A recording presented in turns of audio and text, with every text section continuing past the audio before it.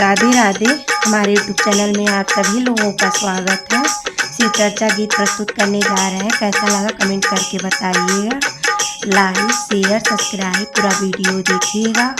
अपना सपोर्ट बनाए रखिएगा। ज़्यादा से ज़्यादा शेयर करिएगा।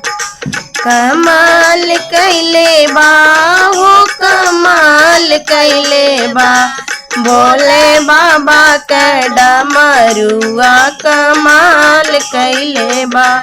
कमाल कैले बा हो कमाल कैले बा, भोले बाबा के डमरुआ कमाल कैले बा।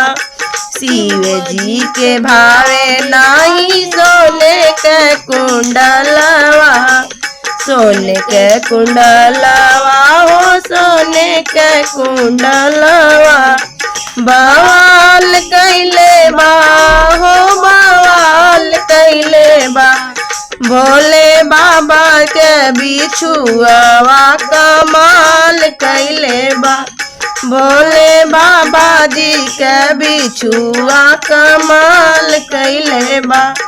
शिव जी के भावे नाही फूलवा के हरवा, शिव जी के भावे नाही फूलवा के हरवा।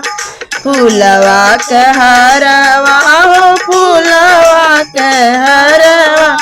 कमाल कैले बा हो कमाल कैले बा, उनके गलवा के नगवा कमाल कैले बा। उनके गलवा के नगवा कमाल कैले बा।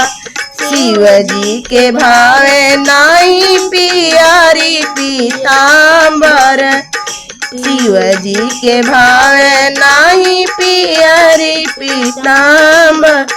पियरी पीतांबर हो पियरी पीतांबर।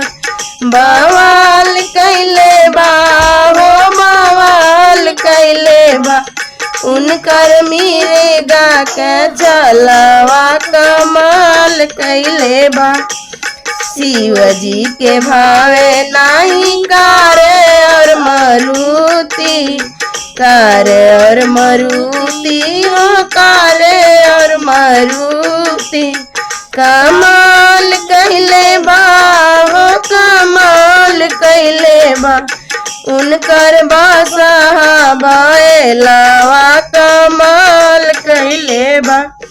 उनकर बादशाह बैला कमाल कैले बा।